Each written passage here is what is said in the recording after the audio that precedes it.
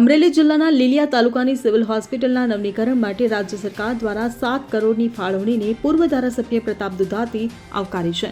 જો કે હોસ્પિટલનું વર્તમાન સ્થળ બદલવાની માંગ સાથે તેમણે મુખ્યમંત્રી ભૂપેન્દ્ર પટેલને પત્ર લખ્યો છે.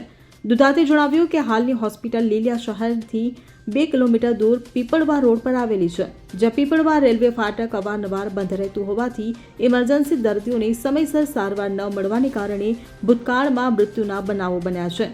પ્રતાપ દુધાતે મુખ્યમંત્રી સમક્ષ રજૂઆત કરી કે લીલિયા શહેરની મધ્યમાં અનુકૂળ સ્થળે સિવિલ હોસ્પિટલ બનાવવામાં આવે, જેથી નાગરિકોને સરળતાથી આરોગ્ય સેવાઓ મળી શકે. તેમણે 7 કરોડના બજેટમાં વધારો કરીને સ્થળ ફેરફારની શક્યતા તપાસવાની માંગ કરી છે. આ ફેરફારથી આરોગ્યલક્ષી સુવિધાઓ વધુ સુદૃઢ થશે અને ખાસ કરીને ઇમરજન્સી સ્થિતિમાં દર્દીઓને તાત્કાલિક સારવાર મળી શકશે. દુધાતે પત્રમાં લીલિયાની જનતાને ઉચ્ચ ગુણવત્તાની આરોગ્ય સેવાઓ પૂરી પાડવાના સરકારના પ્રયાસોની સરાહના કરી, પરંતુ સ્થળની અસુવિધાને દૂર કરવા તાકીદે પગલાં લેવાની અપીલ કરી.